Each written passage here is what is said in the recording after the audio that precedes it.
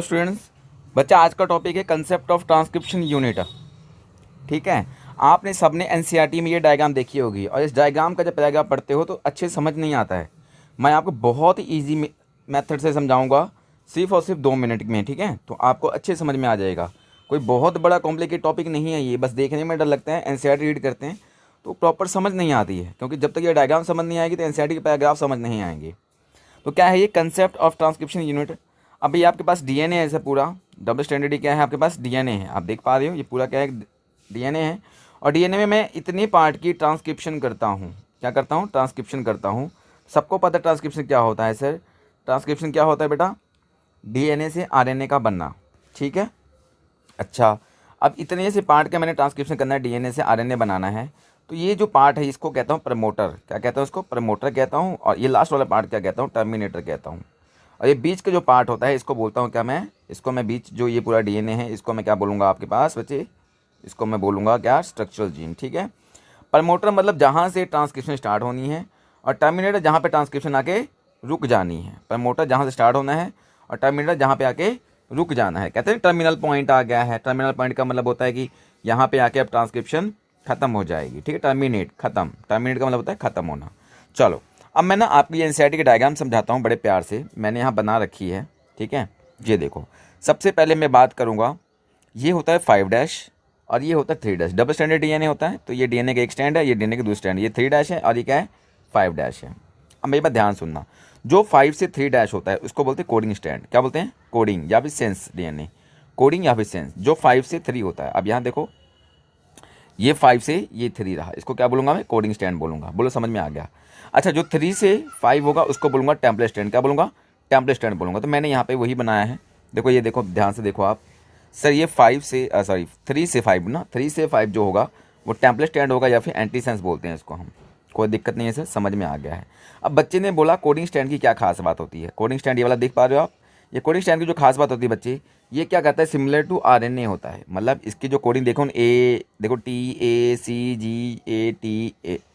इसका जो सीक्वेंस होता है सिमिलर टू आरएनए होता है। क्योंकि आरएनए में हम सबको पता है थायमिन नहीं होता है। थायमिन की जगह क्या होता है?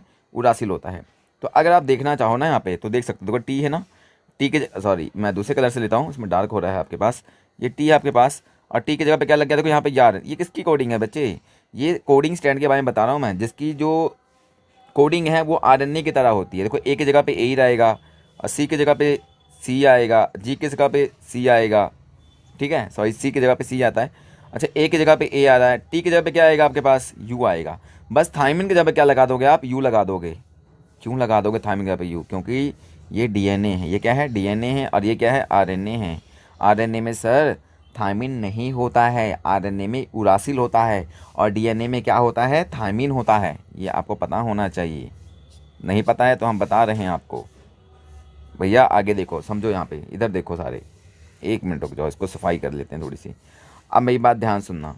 सर बच्चे ने कहा टेम्पलेट स्टैंड सर क्या होता है? टेम्पलेट स्टैंड क्या होता है या फिर antisense? Template strand which use to make RNA. अभी डीएनए है ना सर, डीएनए का ये भी स्टैंड है और डीएनए का ये भी स्टैंड है।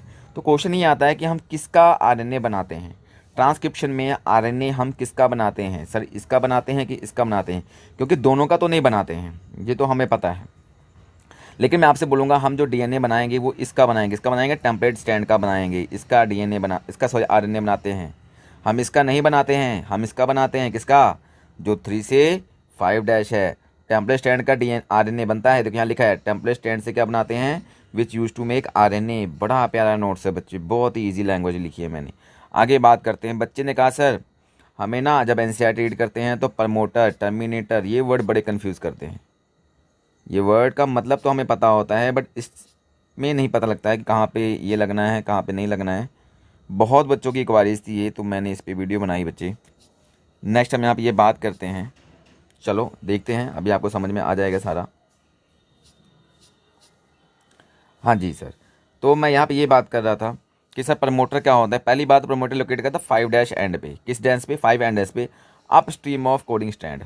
भैया देखो, अगर इस एरो से मैं इधर जाता हूँ तो इसको अपस्ट्रीम पढ़ता हूँ, और अगर इधर जाता हूँ तो मैं डाउन स्ट्रीम, इधर जाऊँगा तो डाउन स्ट्रीम पढ़ूंगा, और इधर जाऊँगा तो अपस्ट्रीम पढ़ूंगा। ये तो आपको पता है सर। जब इधर जाते हैं मैथ्स में भी आपने पढ़ा है, इसको अपस्ट्रीम बोलते हैं, और पानी के फ्लो में जाते हैं तो क्या बोलते हैं? डाउन स्ट्रीम बोलते हैं। तो ये वहीं से आप लिंक कर सकते हो। चलो ये बहुत टफ नहीं था, एनसीईआरटी में अपस्ट्रीम डाउनस्ट्रीम लिखा हुआ है, उस चीज़ को एक्सप्लेन करने के लिए मैंने यहाँ पे डायग्रामेटिक समझा दिया आपको। सर इधर अपस्ट्रीम बोलते हैं और इधर डाउनस्ट्रीम बोलते हैं। और कहता है प्रमोटर कहाँ पे लगा होता है, देखो 5 डैश एंड, ये 5 डैश एंड है, ठीक है, अपस्ट्रीम में लगा होता है। अपस्ट्रीम मतलब इधर, अब एनसीईआरटी पढ़ोगे आपको समझ में आएगा।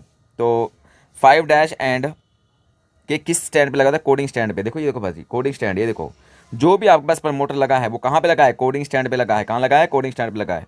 और जो टर्मिनेटर कहाँ लगा है, वो भी कहाँ लगा है, कोडिंग स्टैंड पे ही लगा है। देखो कोडिंग स्टैंड पे, ये देखो इधर देखो कोडिंग स्टैंड पे लगा है। और 3 डैश हैंड पे लगा है, मतलब 5 पे प्रमोटर लगा है। देखो 5 देख पा रहे हो ना इधर, ये देखो 5 पे प्रमोटर और 3 पे टर्मिनेटर। किस स्टैंड पे, कोडिंग स्टैंड पे। किस स्टैंड पे, कोडिंग स्टैंड पे। आई थिंक आपको बात समझ में आ गई होगी। आओ इसको बताता हूँ सेम। एनसीईआरटी ने क्या किया है, ये प्रमोटर लगाया है। बच्चा बोलता है अभी आपने बोला प्रमोटर 3 डैश 5 डैश हैंड पे होता है ना, यहाँ तो 3 डैश पे लगाया है। बच्चे एनसीईआरटी ने इसको नीचे वाले डायग्राम के साथ जोड़ा है। कोडिंग स्टैंड, मैं आपको बहुत सिंपल भाषा समझा रहा हूँ। कोडिंग स्टैंड है ना, कोडिंग स्टैंड के ऊपर प्रमोटर लगाया है। और किस डैश पे, 5 डैश पे। और 3 डैश पे क्या लगा है, टर्मिनेटर लगा है। टर्मिनेटर को यहाँ पे मत काउंट कर लेना, गलत हो जाएगा। आप नीचे को काउंट करना, किसके लिए, कोडिंग स्टैंड के लिए। उम्मीद करता हूँ आपको लेक्चर पसंद आया होगा, समझ में आया होगा। धन्यवाद।